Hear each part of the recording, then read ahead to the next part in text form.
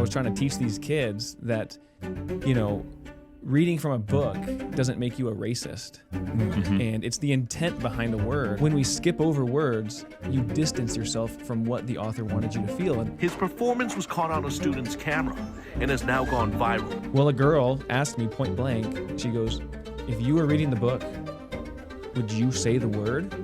And I said, if I was reading the book, I would read every word. And in that moment, a boy handed me the book and he says, okay, then do it. There's now a change.org petition with hundreds of signatures asking the district to bring him back. Because he's a really good teacher. It was started by freshman Peyton Johnson. And you can read some of the students' comments. Okay. They're all in my favor. After I read that book, I had students thanking me for the lesson. I got my first death threat on X. Okay. Yeah, somebody said to get your casket ready. That was Yeah. fun.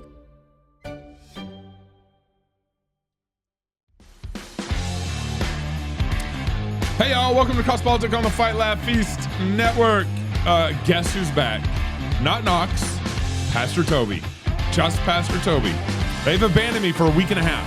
Oh, But really? at least, I don't know, I don't Was actually. Knox gone as Yeah, long as I've been gone? I did, I think 3 shows last week all by myself. What? And yeah, it was okay. Crew, my apologies. Yeah, I just feel like if I had known it was just going to be you, and I might have. he might have changed his I might have vacation. changed my with vacation. his- yeah. Just for you guys. Never, I wouldn't let him do that. So, if we got our conference coming up in October. I know we don't got a plug for this, but just real quick, I want to hit School Wars right now because it's going to come up later in the show. Yeah. School Wars, how to rebuild Christian with your kids. That conference is October 16th through the 18th. Also, if you want to sponsor the conference, we have a jumpy castle there for the kids, not for the dads. Maybe we'll do like a fat man race or something while we're there. I don't know. You've always mentioned doing a fat man race, and I don't know if you've ever done it. Yeah, well, I'm losing weight now, so. So you feel like you'd get crushed?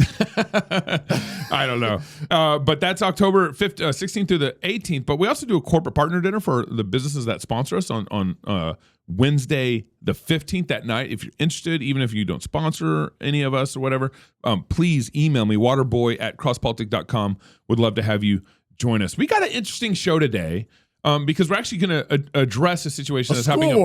School war. That's going on. That's really going on right now. Up in just our neighboring North Idaho, state of Washington town, Spokane. Yeah. And we got Matthew, and we'll introduce Matthew in a second. But I'm just going to run with the initial news clip that kind of came out about Matthew's situation like 2 weeks ago. Yep. Okay. About 1 week ago today. Oh, wow. Let's run that clip. While students at West Valley High School prepare for summer vacation, Found the spot. Matthew Mastronardi is fighting to keep his teaching job. I read a couple passages. All because he took a risk and read out loud a passage from the American literary classic To Kill a Mockingbird. Don't you believe a word he says, Dill? Not just any passage, but the one featuring the N-word, which is used in the book dozens of times. Talking about the word The N-word. the N-word. The third-year Spanish teacher says he was trying to make a point to his students about the importance of academic freedom after another teacher instructed students to skip over that controversial word. I think that's unfortunate because you miss out on engaging with the text in an honest way. Problem for Mastronardi, I said Calpurnia says that's talk. his performance was caught on a student's camera and has now gone viral. No, I did not. I had no idea. It's unclear if anyone even made a complaint, but his bosses decided it was a violation of the teacher's code of conduct and chose not to renew his contract. It's a stretch of the interpretation saying I engaged with students in inappropriate behavior. Mastronardi says he was shocked by the punitive decision, since there are no official rules instructing teachers to censor readings of American classics at West Valley. Nice to meet you. We caught up with Superintendent Kyle Rydell and asked for an explanation. You guys aren't going to renew Matthew Mastronardi's contract. I'm not aware of that, sir. Like I said, it's a personnel matter. It goes through HR. However, word is now getting out into the Spokane, Washington community. It's a good book to read, but I don't think that teachers should be saying it. And while some think Mastronardi used poor judgment, and also he's white, he shouldn't have said it. there's now a change.org petition with hundreds of signatures asking the district to bring him back. Because he's a really good teacher. It was started by freshman Peyton Johnson. He was just reading like out of the book. He wasn't saying it to anyone or like in a rude manner. Meanwhile, the city's black community is also starting to chime in. We need to educate our kids more. Michael Brown runs a job training program for high school kids and says the N-word remains deeply offensive to African Americans. Once again, it goes back to ignorance, which means a lack of knowledge.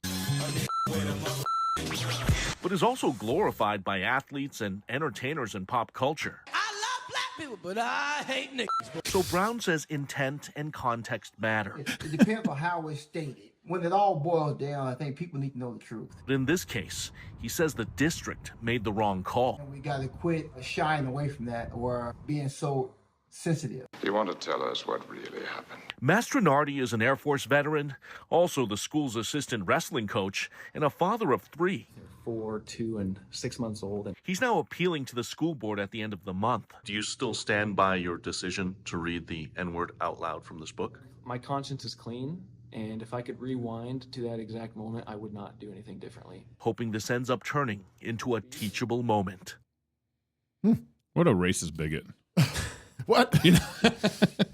Matthew Mastronardi is a third-year provisional Spanish teacher at West Valley High in Spokane, Washington. On April 17, 2025, he read a passage from To Kill a Mockingbird, American classic, which included the N-word as a teachable moment about historical context. Recorded without warning, he later received warnings, refused to resign, and was issued a non-renewal notice. We're grateful to have Matthew with us in the studio today on Cross Politic. Thank you for joining us. Hey, Gabe, Tony, thanks. It's so glad to be here with you guys. Absolutely. Yeah, absolutely. No, it's our honor to have you here. Yeah. So we just watched this news report. What else is there important to know about what happened? This is, these news reports, splice a bunch of stuff together. I think it obviously gives us a little bit of a sketch of what happened. But what are we missing? Well, so that clip is only 11 seconds long, the one that went viral. Okay. What they don't show is that this monologue I went on afterwards about, the importance of context versus intent. I was trying to teach these kids that, reading from a book doesn't make you a racist. Mm-hmm. And it's the intent behind a word that it can be wrong, right? Like, and I said, you should never call anybody this in a discriminatory or pejorative way. I made that very clear. Yeah. And that wasn't included in the clip. No, of course not. Right. But Harper Lee chose these words intentionally, right? We go back to authorial intent, and we should respect that, because when we skip over words, you distance yourself from what the author wanted you to feel. And I think it's a disservice to kids telling them, oh, you can just skip over the word if it makes you uncomfortable. Like, we have to confront history, even if it makes us uncomfortable. Right. So what brought this up? What's the context of that? Yeah. Did the kids challenge you to read this text in class? I'll explain it. You can tell me if you think they did. Yeah. I overheard. So I teach Spanish. Yeah. Right? I don't actually teach To Kill a Mockingbird. ¿Cómo está, amigo? Estoy muy bien.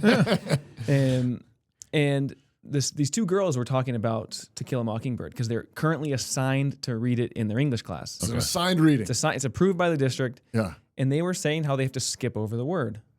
And I overheard that just as I was walking around the class, and I just calmly expressed my disagreement with them. Like, I don't think you shouldn't have to do that. And for all the reasons I just explained about historical context. Well, a girl asked me point blank, she goes, if you were reading the book, would you say the word? Mm-hmm. And I said, yeah, of course I would. If I was reading the book, I would read every word. And in that moment, a boy handed me the book, was open to the page, and he says, okay, then do it. Okay. And I read the passage. Right. And I tried to make it a teaching moment. Yeah. And it was recorded. Yeah. And you said there in the news story, I have a clean conscience. If I had to do it over again, I think I'd do the same thing again. Yeah, because ultimately, these kids all day, they're given tasks to do. Okay. From bell to bell, they're given these tasks. Okay. And there's not a lot of thought-provoking questions that they come up with, right? And so they're starving for meaning, right. and deeper thought. Yeah. They're just deprived of that all day, right? And here I have a situation where a student is asking a really meaningful question about for a larger conversation that's really important, and I have all of my kids, their undivided attention. Right. This is a an amazing moment every teacher dreams of because they're not on their phones. Yeah. They're actually listening to me for once. Their ears are peaked up. Their ears are peaked Yeah. up. And they've been sort of fed this idea that like censorship, or you can't read these words. And I think it was incredibly refreshing for them to see, you know, hey, maybe I can read this and I'm not a racist, like, or I can engage with the text honestly and I can wrestle with it. I can examine it. I can understand what it means and why it still echoes today. Yeah. And I don't have to feel bad about that. It's my right as a reader. And so I was trying to display that for them, and I think it was a valuable lesson. So what happens? I mean, you do this, unbeknownst to you, some portion of it is recorded, and then what happens? When did you find out this is starting to go viral? What did you find out next? Yeah, so it happened on a Thursday, and this was actually really funny because the next day, which was Friday, was my wife, our 5-year anniversary. So I took the day off. We were going to spend the whole day together. Yeah. So the kids all thought I got fired. Oh, wow. It was a planned day off. Though. Yeah, it was planned like months in advance. So that was just a coincidence. But I come back on Monday, quiet, nothing. Tuesday, one teacher asks me what happened. He just wants to know, and he doesn't think I did anything wrong. There's a lot of teachers who behind closed doors are in my corner. Yeah. Yep. Wednesday, the principal comes to see me. You know, my mom was joking. She's like, she always just makes these jokes like, don't go get sent down to the principal's office. It's like, even today, I'm 32 years old, and she still like laughs about. Got sent to the principal's office. And he tells me that he knows what happened, and that it's up at the school board, and he thinks I made a horrible decision, and that this could get really bad. Was that the principal that was interviewed in the court? That was the superintendent. Okay. Yeah. And then, you know, we were just going to see what happened, and then a couple days later, I received a verbal reprimand. It was on paper, but a verbal warning telling me, don't do this again. And I thought that was the end of it. Yeah. Because in his email, he said, hopefully we can conclude, you know, what happened. Yeah. So I was like, okay, I got a slap on the wrist. But then a couple days after that, human resources director, she sent me an email, said, hey, can we speak about your contract? And I'm like, okay, I know where this is going. Yeah. And after that, like an avalanche, just the restorative, the corrective actions just sort of kept piling up, and I was served papers that I was not going to be renewed, have my contract renewed. And I've never had a disciplinary action before this. I've passed every single teaching evaluation. Yeah. There are no formal grievances formed against me. Did they explain why your contract is not going to be renewed? So she said, in light of recent events. So I wonder what she's talking about there. Yeah. And then poor judgment, concerns from parents, and concerns that I'm not a good role model for students. Those are their reasons. But we all know the real reason. Yeah. Is there a potential lawsuit out of this? We're keeping every option on the table. Yeah. I have a lot of lawyers in my DMs sending me emails. We got help.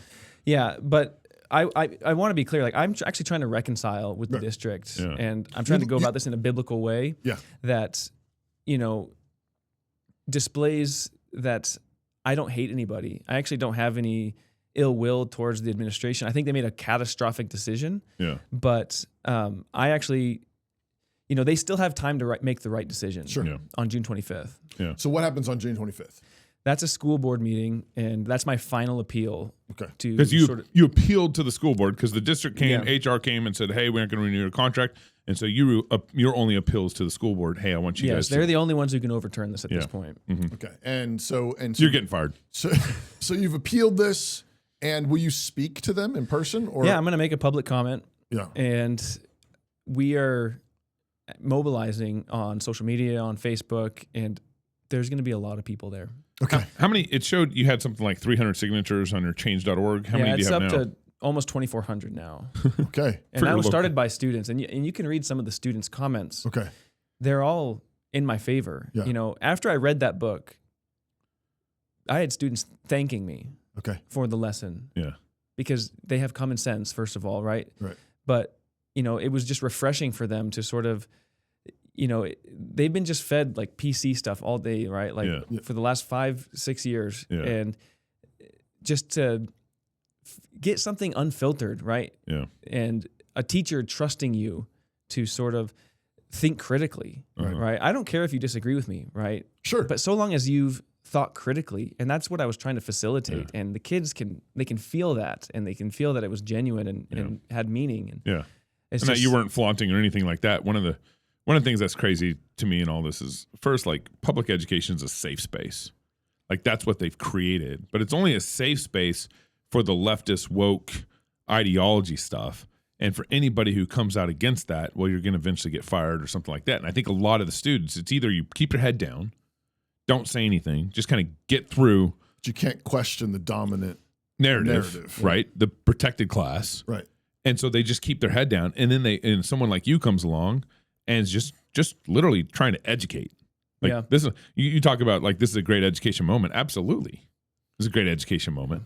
And the district is so anti-education because they want to cater to all the ideologies that won't break that, here's why I think you're going to get fired. Gabe's always really encouraging. Yeah. First off is because they really don't care about educating students.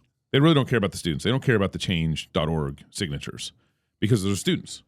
What they care about is the mob group, Black Lives Matter group, that'll come and throw rocks at your windows if they don't fire you. If they don't fire you, the Spokane, I mean, this is just, the No King mob, the Black Lives Matter mob, the ICE mob, whatever, are coming after that district, and that's what they're scared about. Has there been any of that kind of messaging yet or anything like that? No, I got my first death threat on X. Okay. Yeah, somebody said to get your casket ready. That was Yeah. fun.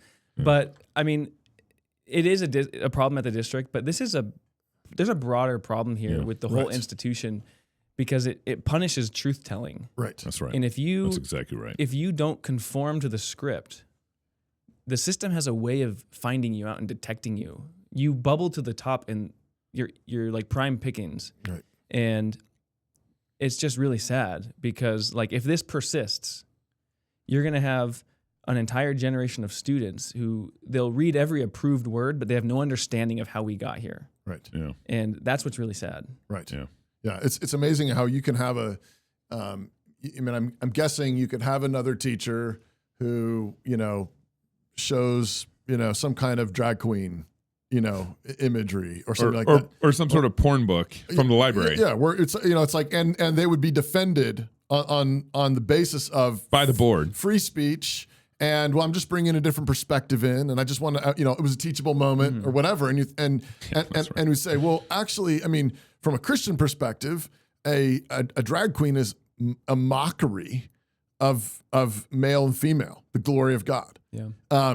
And so, but it's like you use this, you read this word from this really, assigned American literature. Yeah. And, historical lit. So one of these is allowed, one of these is not. Yeah. And the irony is, like, if anybody's actually read the book, it encourages people not to be a racist. Yeah, I know. And that's just what's bewildering about all this is, like, there's no room for nuance. And, critical thinking is really important. And that's what I was trying to help them to do. Right. Yeah. But I mean, like I said earlier, it's a system that punishes truth telling, and they're more concerned with obedience than understanding. Yeah. Yeah. Well, just like in my household, so like, ironic. It's so weird. But in my household, like, in one sentence, no word is inherently evil or wicked. Sure. But all words, not all words or most words can have a sharpness to them. Mm-hmm. And so that's what we teach our kids. Like, hey, don't pick up that word.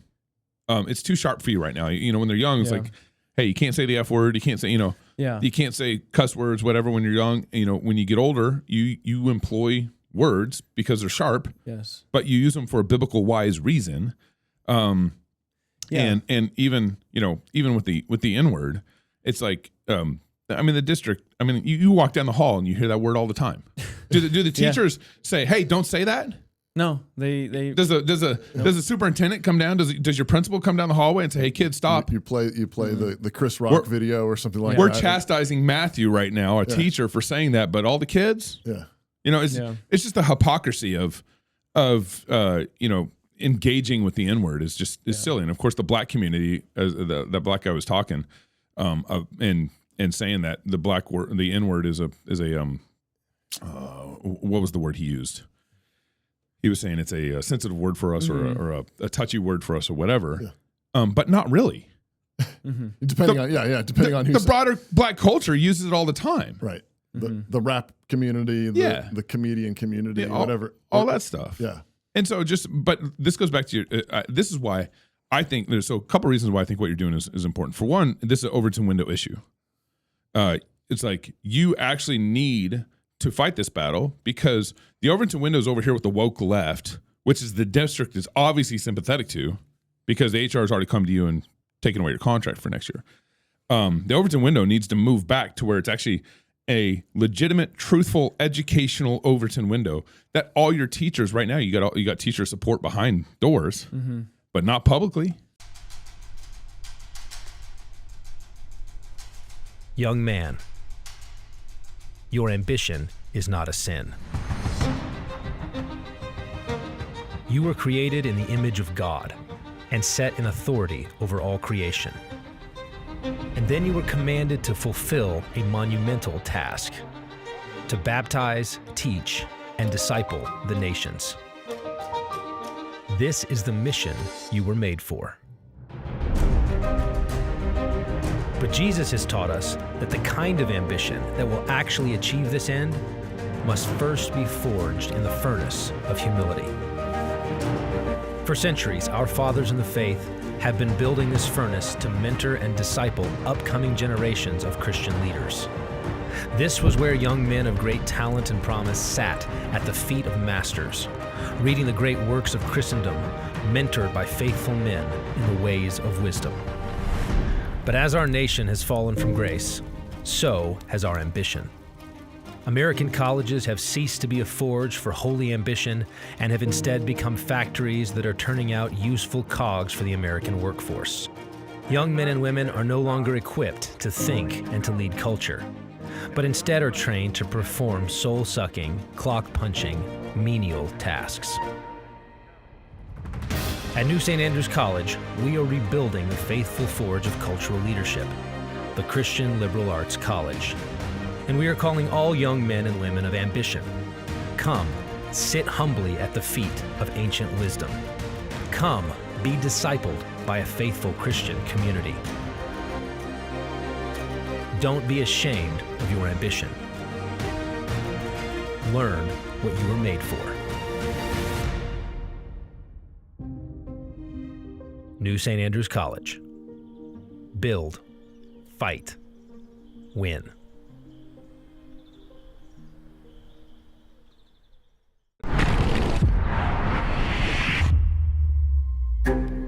In 1789, when our Constitution was ratified, 98% of our nation was Protestant Christian. The Declaration claimed America citizens have rights endowed by their Creator. King George is credited for calling the American War for Independence the Presbyterian Revolt.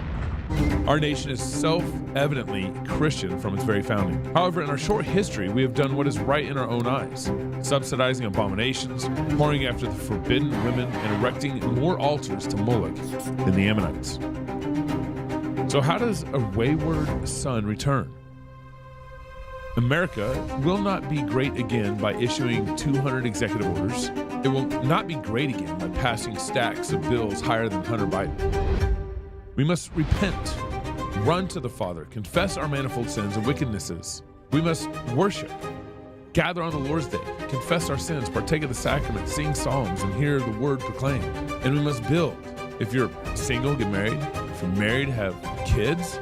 And then raise your kids in the faith. Baptize your kids. Grow them up to fight with you side by side at the gates of God's enemies. We have transgressed our founding covenant, but our Father waits with arms wide open. America will only be truly great again when we become thoroughly Christian again.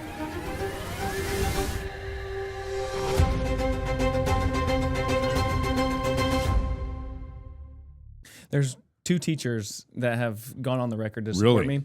One he's been teaching for 30 years. And the other, this is interesting, is actually my brother. So he is a Spanish teacher as well. We worked right across the hall from each other. Okay. Wow. And he publicly resigned. And, he resigned already? He resigned on the last day of school. Because on the second to last day of school, I was served papers that I had to vacate the campus.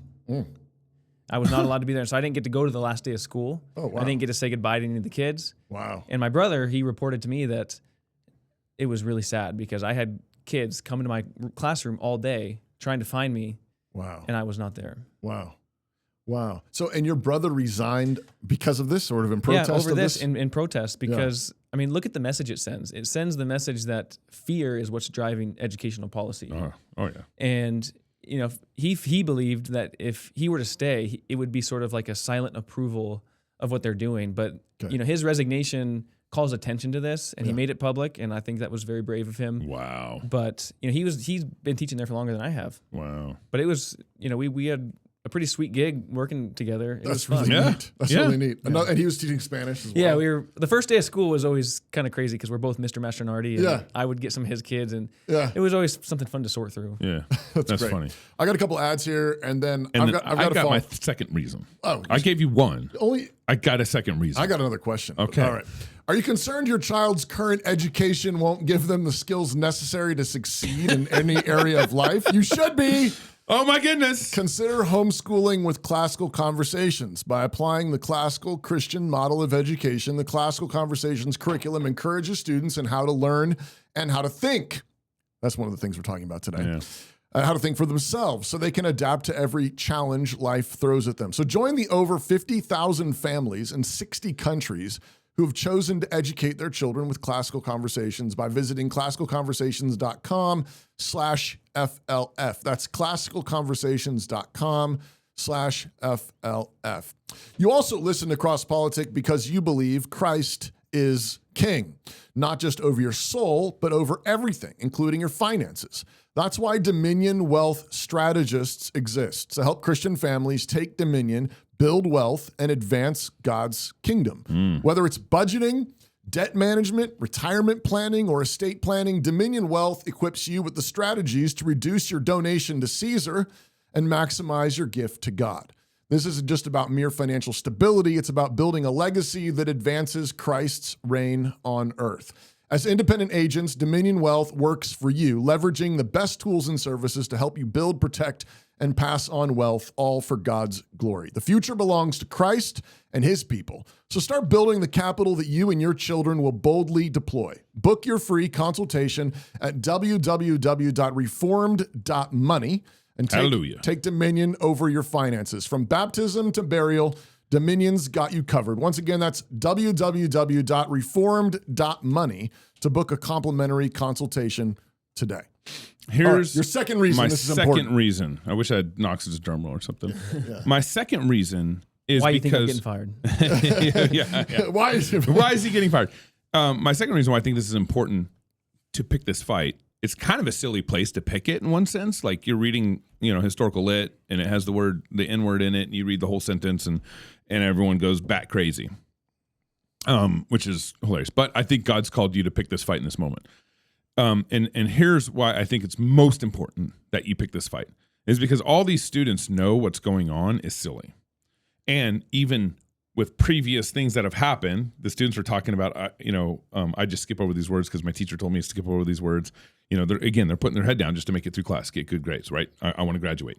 So they don't challenge it, but they're challenging it behind the scene with each other. They're talking about it behind the scenes, right? But not with the teacher. Right. And so and then you come in and it's obvious that young boy wanted you to read the text because he's never heard a teacher or saw a teacher stand up in the classroom like they should. And so he's like, here you go. Yeah.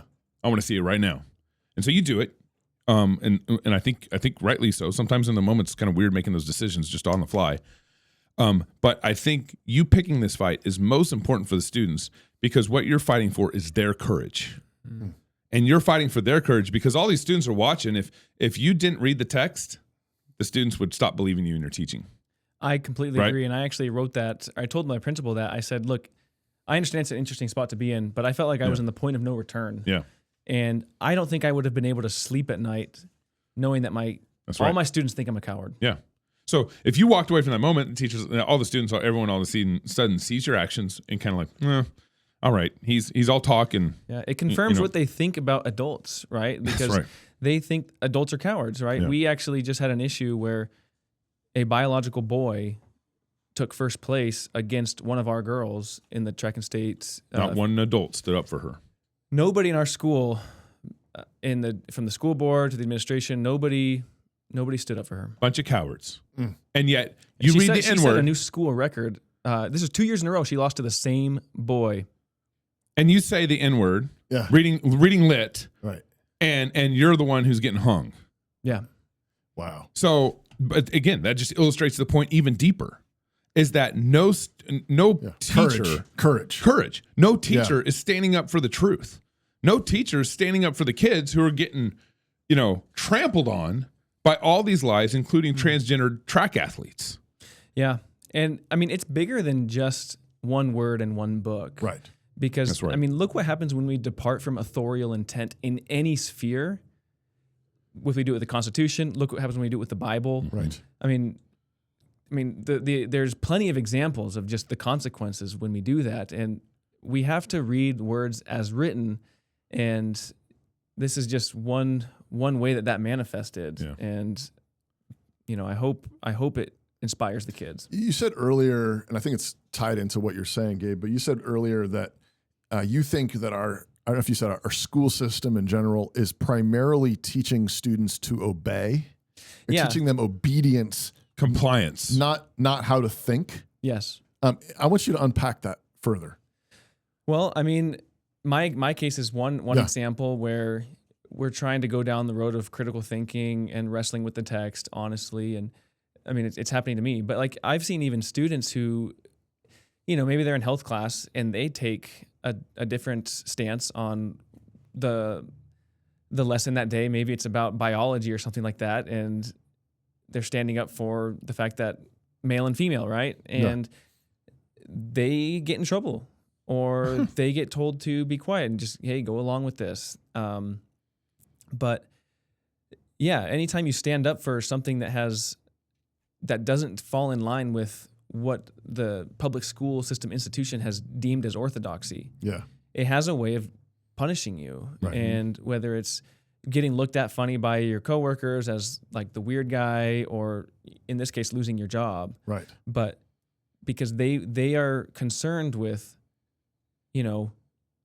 pumping out, graduating students and creating 9-to-5 workers essentially.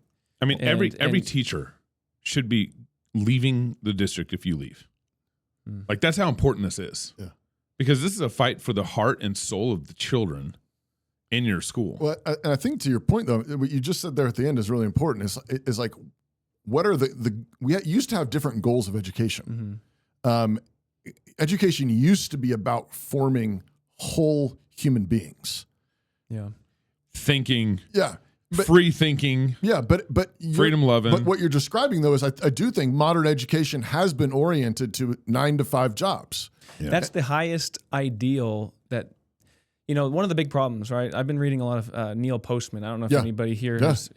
One of the main problems with a public school today is, if you walked into the school and just asked any random person and said, "What are you doing here?" Right. You're not going to get the same answer from anybody, right? It's, so I can get a good job. That's the highest ideal we can serve. And that's really sad. Right. Yeah. Oh yeah. We have to give them something more meaningful than that. How about honoring your creator with the knowledge and helping people, right? Like, it's searching all about for truth. So I can go to college, and get a good job. That's the one thing everybody can come to agreement on. And it makes it sort of it sucks the life out of education a little bit. Oh, yeah. Well, if your primary task is to be a cog in a machine, a worker bee, then it's like you need to be able to carry out tasks and don't ask questions. Yeah. Then it really is like you're actually training them to not use their minds. Like, don't be creative, don't be critical thinking, because if you do that, you're not going to do the thing that we want you to do. Yeah. But it's incredibly dehumanizing. Yeah, because I mean, we're meant to be truth seekers. Right. We're meant to honor God and to, you know, all the great discoveries of the past have been from people sort of pushing the agenda. And, you know, like I'm thinking of somebody like Copernicus and Galileo who, Sure. you know, they challenge the status quo and they make these amazing discoveries and they do it as a form of honoring God. Right. But we are stifling kids' natural creativity with, you know, we keep them segregated by I'm losing my words. We keep them segregated based on age. Right. Right. So they're not gleaning from the wisdom of elderly people. They're not learning how to, you know, work well with children and teach them. They follow the strict bell schedule, right? So, you know, John Taylor Gatto talks about this in a lot of his books. Like, there's nothing worse than this bell schedule, right? Like, it teaches kids that there's nothing worth continuing after the bell rings, drop it. There's nothing worth continuing to work on. Yeah. And so there's just a lot of things, the way the system's designed to stifle creativity, to teach kids not to think outside the box and to just conform. Yeah. Or get fired. Or get fired. That's where this is going. Conform or get fired. The other thing that is striking about this is it seems to me that this is actually, a number of people have pointed out that despite the fact that the First Amendment prohibits the establishment of a religion, the public school system actually is the establishment of a religion. It's a publicly funded secularist religion. Yeah. And here you have an example of a blasphemy law. Yes. Like, this is a word that may not be said under any circumstances. If you're white. Apparently. But we're allowed to talk about pornography in the classroom. Right. No, but you can do all kinds of other things. Boys can run on your track against girls. But it's like, this is a blasphemy law. Right. And it's like, why? I mean, you ask, like, if you really press this and say, so why may this word not be said under any circumstances? You know, it's like, ultimately, it's like, just because. Yeah, and it's a blasphemy law. It's a blasphemy law. This is blasphemy. It's offensive. It's hurtful. It's whatever. And therefore, this is a religious claim being foisted on you and these other students. And I think that needs to be underlined. Yeah. Al Mohler, actually, on the briefing this morning, he actually made an interesting point, kind of like what you're saying. Like, cultures have never really abandoned blasphemous laws. Right. They've just translated them and secularized them. Right. And that's kind of like what we're seeing today. Right. Yeah, no, it's not whether, but which. It's one of these. Whose laws are you going to enforce? Yeah, there's always standard. The law is always enforcing morality. The only question is whose morality. Is it man's morality? Is it the mob morality, or is it God's morality? There's always going to be words that are blasphemous or obscene or profane. And the question is, but who gets to run the dictionary? Well, and this is why the battle is ultimately over truth, and it's ultimately over scriptures. Yeah. Like, you can't read To Kill a Mockingbird in the classroom, or at least all its text, because ultimately you can't read the Bible in the classroom. Yeah. Right? You can read pornography. Yeah. You can read, you can have transgender athletes on the track running against your girls, beating your girls up, but you can't. Ultimately, this is a battle over. The Bible got kicked out of the classroom 30 years ago, 40 years ago. Oh, actually longer than that. I'm older. Used to be that. And that's why now you can't read To Kill a Mockingbird in the classroom in all its words. Well, and they're always worried about trauma, right? So I had a meeting with the union president who has been actively resisting me this whole time, right? Who should be representing you. Yes. That's what the union's supposed to be doing. Yeah. But she was just lecturing me on how she would have never done this. Right. I've been teaching for way more years than you have, and I would have never done something like this. And you don't know what type of trauma a kid could have with this. And I said, and she was referring to, these 15 and 16-year-olds as children. Yeah. And I was saying, okay, I understand that maybe there could be some history there, but isn't it our job as educators to guide them through some of these things and facilitate, and move them past the trauma? Sure. Yes. Yeah.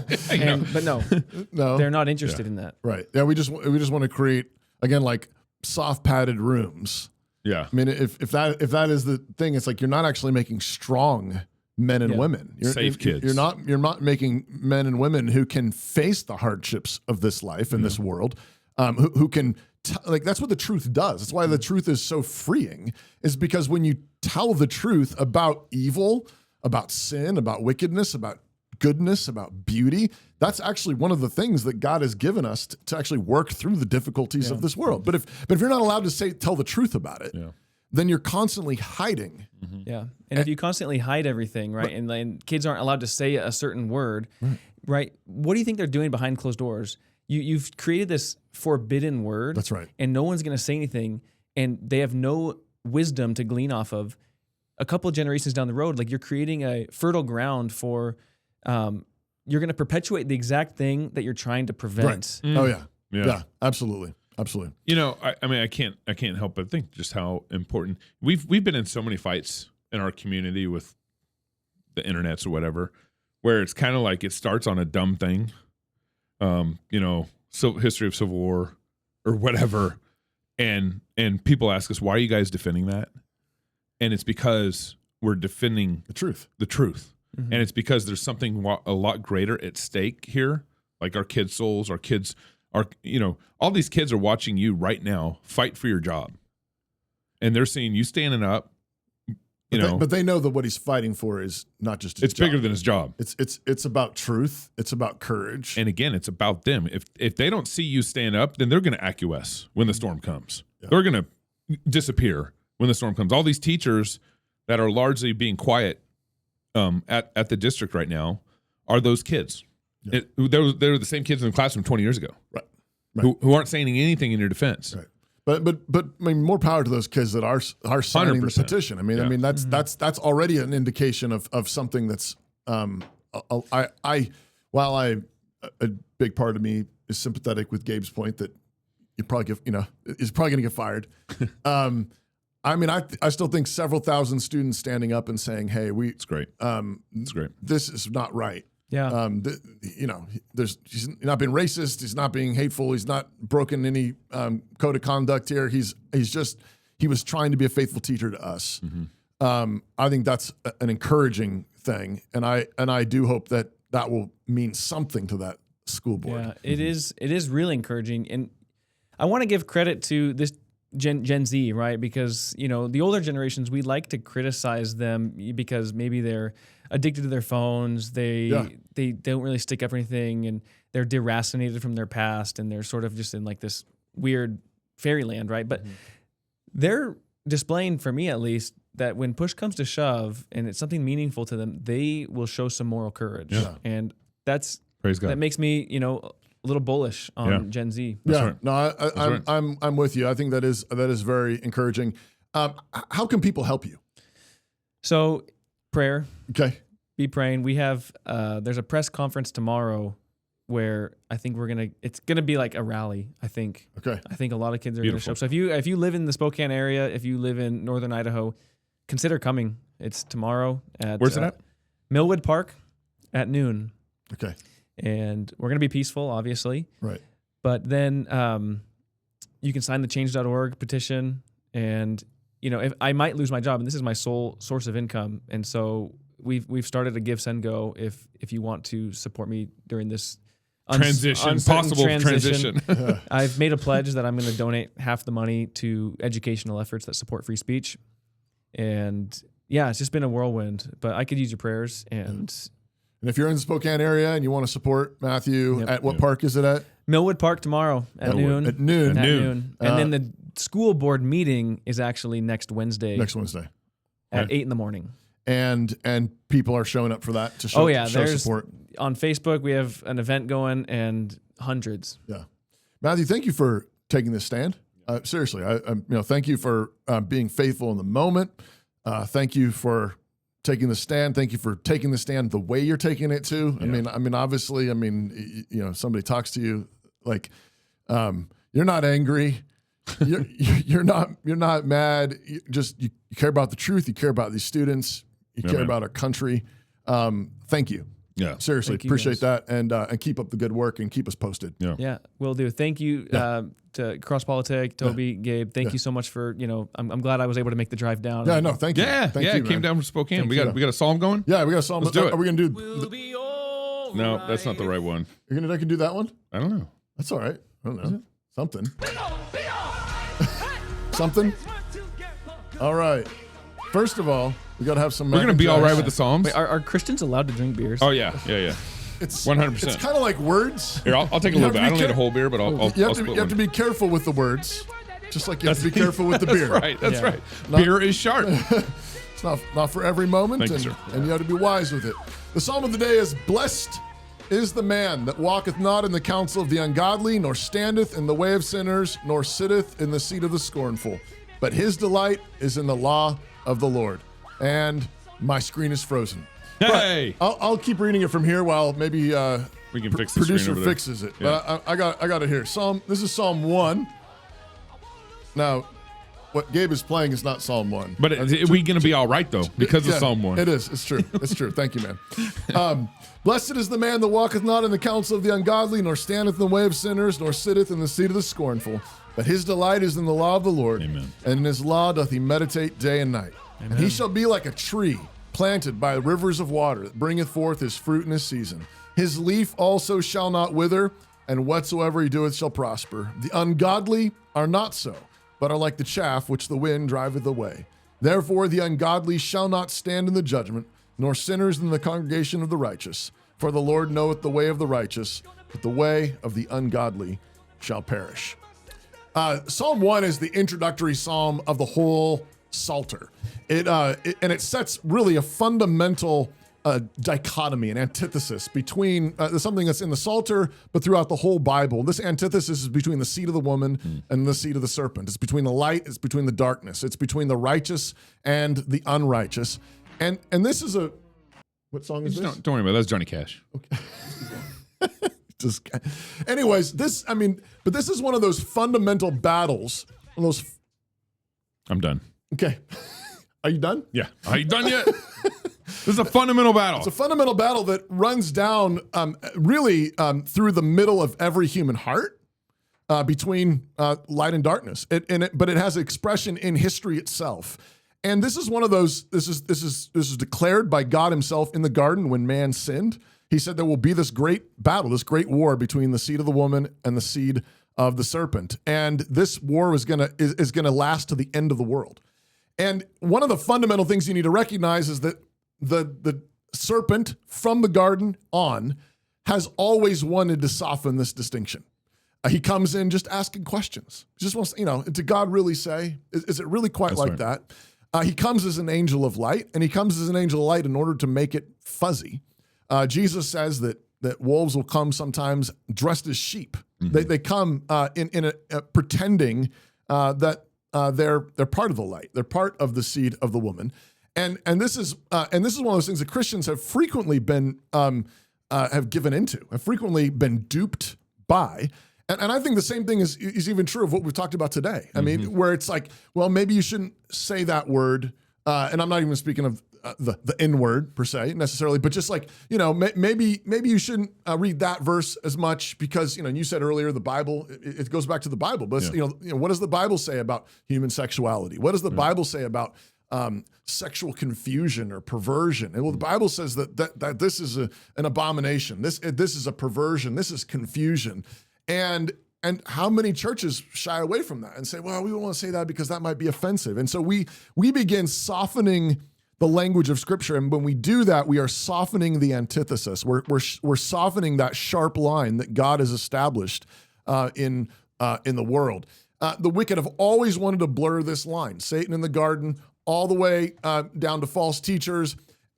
And people want to dress up in any number of ways. We want to be kind, friendly. We want to be winsome. We want to be sweet. We want to be nice. They dress up as maybe homeschool moms, conservative talk show radio hosts. This is why this psalm begins by establishing that antithesis. But notice that it's the blessed or happy man. That's the word actually. It means happy. Mm-hmm. Happy is the man who does not walk with the wicked or stand with the ungodly or sit with scoffers. Mm. And there really is a progression being outlined there. Walking, that's right, standing, sitting. People don't just one day end up committing adultery. People don't just one day apostatize and say, I'm not a Christian anymore. And people don't just one day end up a coward. No, that's right. You first walk with the counsels of the wicked. Yep. Then you stop there and you stand there with them. And then you finally sit down and you start sharing meals with them. This antithesis is a battle line that runs through the heart of every one of us. That means there's no room for pride or arrogance, right? By God's grace, the righteous, the congregation of the righteous really does exist, but it's those who have been rescued from their sins and been given new hearts, who love God's ways. This simultaneously means that we now walk different paths.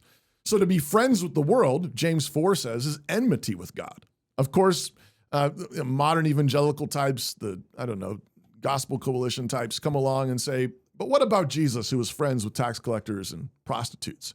Yes, true friendship means pulling sinners out of their sinful ways. Right. Mm-hmm. We want to be those kinds of friends, but modern evangelical friendship with the world often means they want us sitting in their sewage and being slowly consumed by their diseases.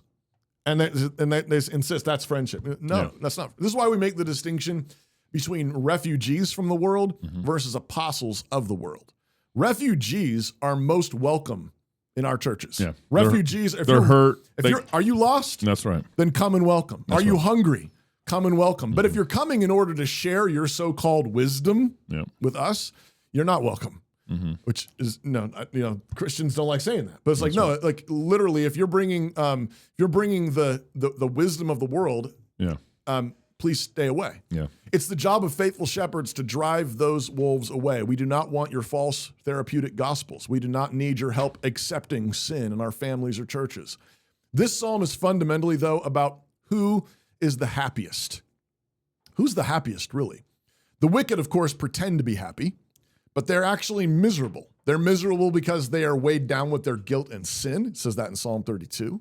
Of course, they deny this. They deny God, who constantly is right in front of them. And so they're miserable because they're hypocrites and liars. They have to live with a constant cognitive dissonance about the world, which is something that Matthew's talking about today. Like we actually want to explore truth. All truth is God's truth. We don't want to live with cognitive dissonance. We don't want to live delusional, bifurcated lives where you say something over here, but you can't say that over here. But that's what happens when you are trying to live your life without any reference to the God who made you. That's what it says in Romans chapter 1. They're miserable also because they must live according to their own folly, which is the way of trouble and hardship. You refuse to honor marriage, and then your family disintegrates. That's right. You refuse to discipline your children, and now your children are little hellions and they hate you. You refuse to acknowledge God, and you keep banging your head on the sharp edges of his reality all around you. But Christ is the happiest man to ever live. Think about that. He walked with God perfectly. He always delighted in God's law, and they killed him. And 3 days later, he rose from the dead. He is the laughter of God. He is the joy of God that is at God's right hand with pleasures forevermore, as it says in Psalm 16. The happy man is the man who walks with Christ, who delights in the law of Christ. Now, we have work to do. We have a lot of work to do. We face many perils, many hardships. There are many difficulties. There's great evil in this world. But those who know Christ have Christ with them, and this means they have a joy that can never be taken away from them. We are at war, but never forget that the war is fundamentally between the happy people of God and the miserable rebels to God's grace. That's right. If you get caught up in the angst, you're joining the other side. Don't get caught up in the angst. We have work to do. We have battles to fight, but always remember, we fight with a song in our hearts, with gladness and joy that can never be taken away. Yes. Amen. I need knocks. Yeah, you do. This is no good. Hey, y'all, thank you for joining Across Politics. If you're single, get married. If you're married, have kids. If you have kids, go baptize them. I don't even have my board on to do baptize thingy. Until next week, actually tomorrow, me and Toby are going to be coming and talking about the Tucker Carlson, Ted Cruz interview. Yes, we're going to talk about that tomorrow. Okay. So love God with all your heart, soul, mind, and strength. Love your neighbor as yourself. Go fight, laugh, and feast. This is Cross Politics.